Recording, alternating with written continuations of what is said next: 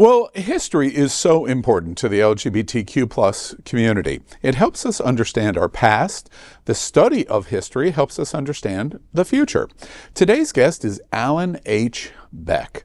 He is at the intersection of both of those points in our history. The history of the past, as Beck created FunMaps at a time when gay travel was secretive. You needed to know where to visit that was LGBTQ plus accepting and affirming. Long before our modern social media, there was Alan Beck's FunMaps for cities all over America. FunMaps in print also moved to Fun Travel Guides, which we'll also talk about today, in digital fashion. That's the history of LGBTQ plus travel. Then Beck is also at the intersection of history for the future. He is vice chair of the Stonewall National Museum Archives and Library right here in Fort Lauderdale. And we're going to learn a lot about our queer past and our queer future. Welcome to Unapologetically Queer. I'm your host, Al Ferguson, and I am proud to talk to some of the most interesting people of our LGBTQ plus community that are the most interesting to our LGBTQ plus community. At Hotspots Magazine, Happening Out Television Network, we have a mission of our nonprofit based on the 10 pillars of the LGBTQ plus community. We believe our history and our future are based on the communities of the Black LGBTQ plus, Latino, lesbian, and queer women, trans, students and youth, seniors, HIV/AIDS healthcare, business, social justice, and faith. So let's get right to it. Welcome, Alan Beck. And before we start, let me get this right out on the table. I understand you're unapologetically queer. Very true. For a long time, I imagine. I'm out and gay. Yes, you're out and gay. All right, so FunMaps begins. Tell me when, I know there was an iteration of FunMaps before it was called FunMaps. Tell me how this all began in terms of what you were doing for travel for gay America. Okay, it really began when I started making maps for not necessarily the gay community. It was really for the world. Mm-hmm. And the company was Columbia Marketing Corporation. And we made maps for chambers of commerce and industry. And what year was that? Did you start I started the company in 1973. 73, 4 years post Stonewall. Correct. 73, okay. And that company grew. We were servicing the real estate market, the travel market, in the fact that I created a fun map of Long Island, and they were distributed, 250,000 of them a year, to people across Long Island, sponsored by businesses on the island. Mm-hmm. It was a cartoon style map, and you could pick it up at a tourist bureau at the entry to the Southern State Parkway in Valley Stream, Long Island. There was a visitor center, and many of them were picked up there by tourists. So how long was it before the Columbia maps that you launched in 73? How long was it before you added the LGBT emphasis? About 20 years later, actually in 1989, I met a man by the name of Jeff Goodman. Jeff was the third publisher of what was known as the David James Press maps. They were the first iteration of what became FunMaps. Mm. And by happenstance, we were sitting at a seminar together, and people were introducing themselves. My turn was first, and I said, "Hi, I'm Alan Beck. I'm a map publisher, and I publish maps for the chambers of commerce and industry, with a niche in the real estate market." This young man next to me says, "My name's Jeff Goodman, and I publish a map called the David James Press maps, and they're for LGBT travelers." He said gay and lesbian at the time. Mm-hmm. And I took a double take, and we smiled at each other and soon became fast friends. Did he know immediately that you were gay? No, I don't think so. Yeah. However, as we became friends, it was known. Yeah. And about 2 years later, he called me up and said, "Alan, my company is going bankrupt, and would you before that happens, would you be interested in taking it over?" And I said, "No, but I'd take your 2 salespeople who I know were doing a good job." And we happened to be making a map of Queens, New York for the Chamber of Commerce. And I, with a little smile on my face, had 2 queens in Queens selling advertising. That's funny. And so 89, let me remind our Gen Zers and even our millennials, we are beginning to move into the real height of AIDS, and we're in a real, because of the worsening opinion from AIDS on the especially gay men, on the LGBT community, as you said, called Gay and Lesbian. You're launching a product right in the height of this, of both AIDS and rejection of our community. When you launched, now I remember in 89, the Dameron Guide, and the Dameron Guide, which many Gen Z and millennials have no idea what I've just talked about, but Google it. It was fascinating. The Dameron Guide was an annual book, basically, Correct, of communities all over America and the world, and to the best of their ability, talking about, here's the secret Bible as a gay man that you would use and carry with you as you traveled around America and around the world. When you launched the maps, tell me about how the perception of what you did in FunMaps. How did you literally, I don't know if this is correct or not, because we haven't had this conversation. I've known Alan for a long time, but I haven't had this conversation with you. How are you on the down low when you launched these maps? Or were you? Maybe I'm incorrect in my assumption. as a person or as a company. Yeah, well, in terms of the product itself, the maps come out, but how did the gay community know, here's your Bible in maps, but other people might not be aware of it? They were available, just to get a little bit more accuracy. I had hired those 2 salesmen. They were working for Columbia Marketing. A year later, we sat down. They said, "We want to work for the community. Would you consider taking over the David James Press FunMap?" Mm-hmm. And I had given the name FunMap to my friend, Mr. Goodman. Right. And so the name was already known out there as FunMaps. He combined fun and map to FunMaps to make it a fun map, because they were cartoon in nature, the maps he was making. So in end of 91, my 2 salespeople wanted to work for the community and convinced me to take over the FunMaps.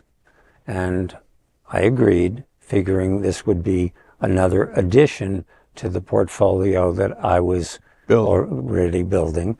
And little did I realize that over the next few years, it would literally take over the whole business, and leave very little room for my other work. Yeah. And that's what happened. And the brand FunMaps took off immediately. We catered to hotels, restaurants, bars and clubs, events, and shopping and services, resources, and transportation. And with this portfolio, I was calling on potential advertisers in all of those categories. And I very much imagine you started in the New York market. Explain how it expanded. Where did you go? Well, it expanded rather quickly. We started, as you mentioned, in New York, Then Philadelphia and surrounding areas of Philadelphia, Atlantic City, New Hope, and Lambertville, New Jersey, and then Washington, Baltimore, and Rehoboth, then up into New England, and we then spread even farther north into Canada and began producing 4 separate maps for the major cities across Canada. We did one of Quebec and Halifax and Montreal and Toronto, Alberta, and for viewers, we're reminding you, today this may not be a story that stands out to you, but this was 31, 32 years ago at the height of AIDS, at the height of the fear of AIDS and the rejection of LGBT. ACT UP was at its peak, 92 to 96. So all of this is going on. I'm curious for the advertisers. When you reached out to hotels or restaurants or whatever to embrace their participation in these gay fun maps, did you get pushback? Did you get acceptance? What was the reaction when you would reach out to them? I'm a natural-born salesman. Okay. And the reaction generally was good, more than generally.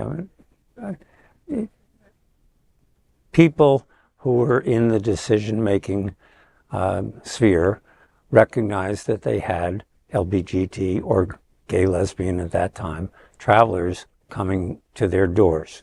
And they really didn't know how to greet them sometimes, the front level staff. There's another company that we aligned with called the CMI, and they were really good. Tom Roth heads up that company, and they were really good at teaching people how important the market was. How important the market was, and how to behave at the front line desk. Yeah, and let me give you a little clue translation to what Alan just said.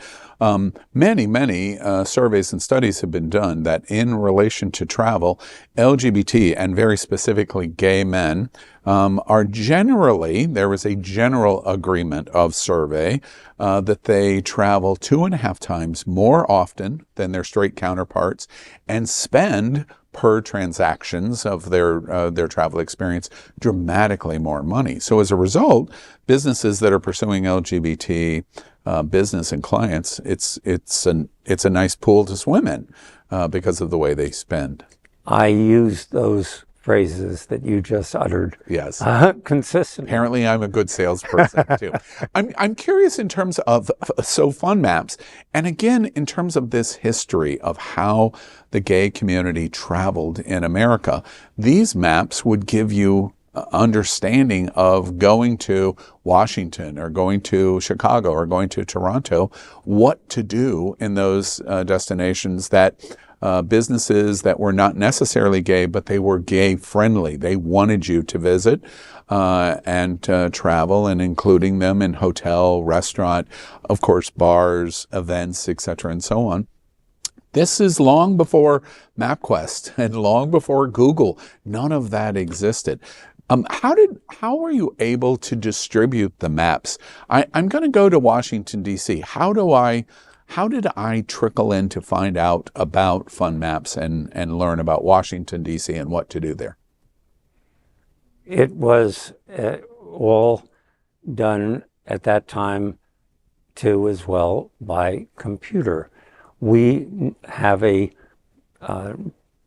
client prospective base of over 10,000 businesses across the United States and Canada. Speaking specifically about Washington, D.C., we were located in New Jersey. We had a warehouse person who happened to spend 4 days a week on the road and a day and a half in the office preparing for his road trips. And he operated from Montreal down to Washington, D.C., and did that distribution on by car on a monthly basis. If I was going or a salesperson was going to a particular area, they would supplement in the distribution to hotels, restaurants, bars and clubs, and resource centers so that they'd be very visible. And they were distributed in a take-one box. This box, again, had tabs on the top of the for the destinations, for each of the destinations. Right. So you could be somewhere like Washington, D.C., and the Washington maps would be in front of the box. About 40 or 50 of them were there, and then 10 each of the different other cities, Washington. And so it became organic distribution. Correct. Yeah, that's very interesting. They were shipped by train to Chicago. And then we had a distributor doing the Chicago area and the West Coast as well. Yeah, and again, to audience, think about the labor intensiveness of the distribution of this material versus what happens today. But if you were interested in the destination and you're a gay man, LGBT broadly, but you're a gay man and you want to know about what to do in Washington, D.C., this is the way you got up-to-date current information. I'm met on the street today, and when people either say, "Oh, hi, Alan," or I'm introduced to them, I get story after story of how interesting, life-saving in some instances, our maps have been. And recently I visited a client in Wilton Manors whose assistant happened to be present and was from Los Angeles, I gave him a map, and the last time I had been there, and he said this time, "Wow, I learned more in an hour than I ever have in my whole life through using your map." Yeah, and there's still, even to this day, we're going to talk about the evolution of what happened to FunMaps, but even to this day, there's something about tactile touching the information that you get different than a digital screen or your smartphone. One of my friends, when they heard that I was going to talk to you, Alan, and about FunMaps, they made a comment that was really interesting to me that I hadn't thought about. They talked about how positive FunMaps always was for LGBTQ community. Sometimes we can be, sometimes we can be shady. Sometimes we can read the tea and say, various different things. And they made the observation that FunMaps never did that. But they ask, I would love to know, so therefore I'm going to ask, did you ever publish anything with FunMaps of the places not to visit, the not fun map of any place that you were going? Don't do this. Did you ever say anything like that? No, we didn't. They passed a test. I did about 45 to 50% of the business of the whole company. Other salesmen around the country did the balance, and it would always come across my desk, are we going to have this particular business in there? Most of them passed the test. We got readership coming back to us. I stayed here and didn't have a good experience. We would check it out and not call on them anymore if it was appropriate. Did you remove, through the years, many businesses? Very few. Yeah, because I would say under 20 over the 30. That's encouraging. So there's this history that begins to develop in the 80s and the 90s. A lot of history of our past in terms of gay travel publishing. Something else I want to explore, as I indicated at the top in our introduction, you're the vice chairman of the Stonewall National Museum, Archives, and Library. A lot of people may not be as aware as they should be of Stonewall. You are the vice chair. Tell us about what the Stonewall Museum does, what its purpose is, why it's important. Its purpose is to collect information, literature. There's a library of over 30,000 books at this point, and other information, memorabilia, Judy Garland's shoes, Ricky Martin's boots, and these are all on display or in a traveling exhibit from time to time. Also, there's an educational part of Stonewall that is called the SNEP, the Stonewall National Education Project. Thank you. Sure. I trip over that one. Right. And it brings teachers together to learn about the educational aspect of LBGT, and there's an annual conference once a year, and this is a very important part of what we do. Yeah. Stonewall, does it surprise you that, wait, let me not ask it that way. Do you think Stonewall has an importance for our community, our LGBTQ plus community, gets the amount of attention that it should? Our history gets the amount of attention that it should? It's getting better would be the way I would answer that. Okay. In the most honest fashion.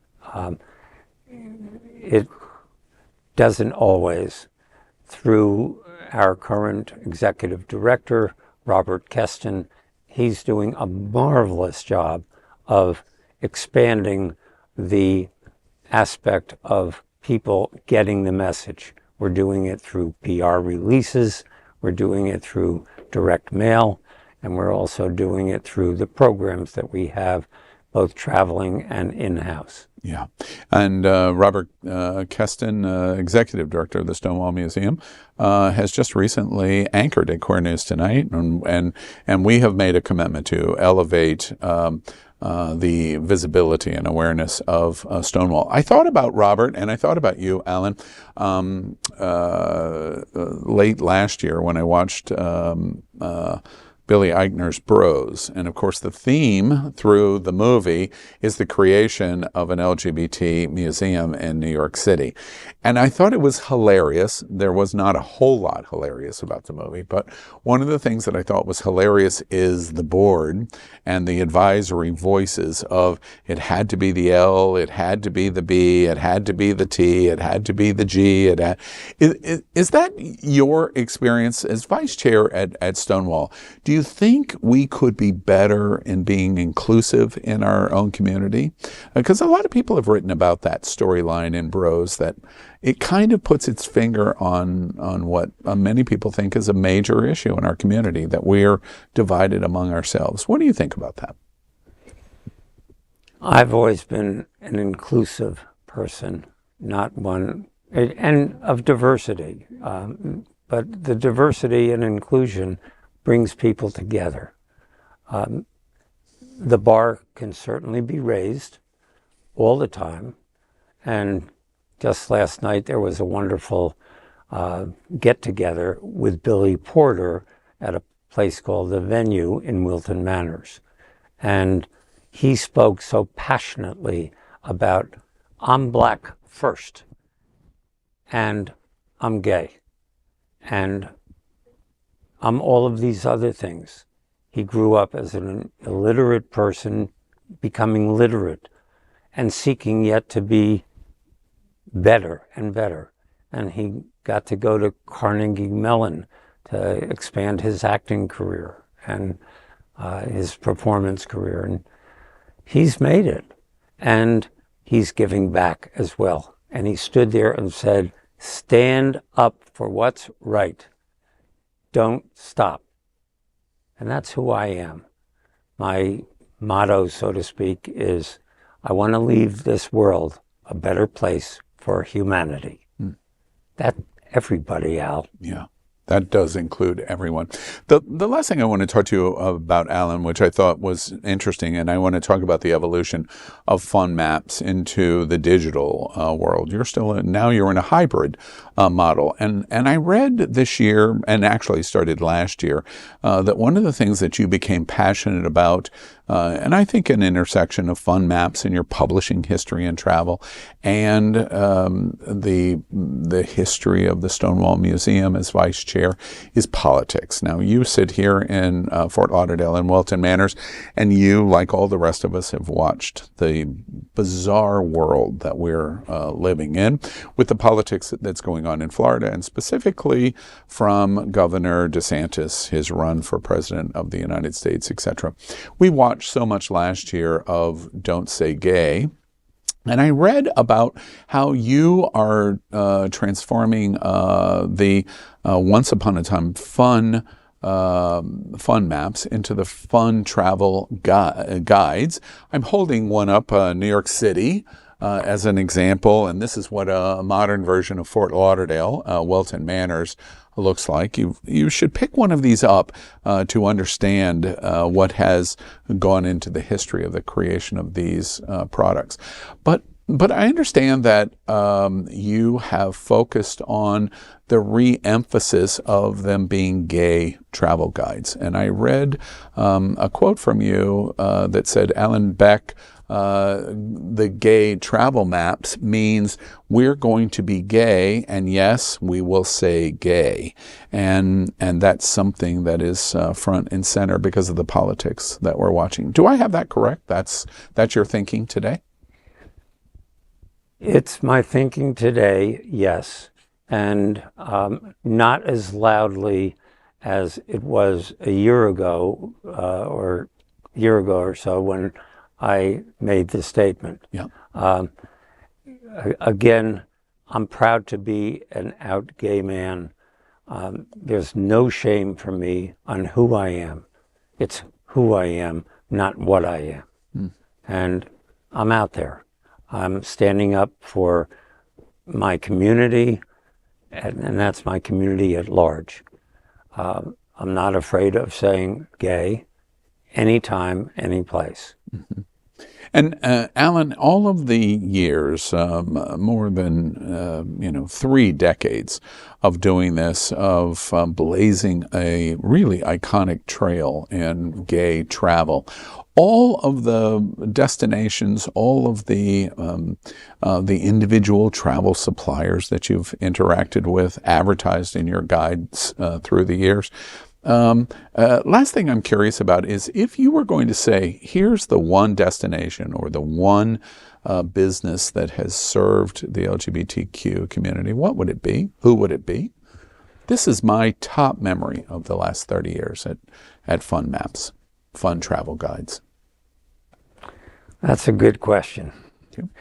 The name that came to mind is Marriott, who happens to be an excellent client of ours. Hilton, they're right up there, neck and neck. And all of their brands that they have. From a hotel standpoint, Marriott, for example, because that's the first name you say, has just embraced the LGBT community, and that's why you say them. Correct. Yeah. And interesting. Well, you've got to learn more about Alan Beck, the Fun Travel Guides. I have not seen this one yet, New York City. And of course, all you have to do is go onto Wilton Drive and you can see Fort Lauderdale and Wilton Manors, many locations. Check out the Fun Travel Guides. It's an interesting hybrid of 1992 and 2023. And also check out the Stonewall Museum. You're pointing to? I'm pointing to the fact that we show digital. Oh, yes, yes. And I'm sorry if I wasn't clear. The Fun Travel Guides is completely digitally embraced, and you can go to the website, which I'm going to tell you in a moment. Also, make sure that you check out the Stonewall National Museum. Alan Beck is vice chair. Robert Keston, as he indicated, is the executive director of the Stonewall National Museum, and they're doing an incredible job for the history of our LGBTQ community. You can get more information on everything that relates to Alan Beck and his travel products and programs at funtravelguides.com. Alan Beck, thank you so much for joining us on Unapologetically Queer. It's my pleasure. Thank you, Al, and your staff for the opportunity.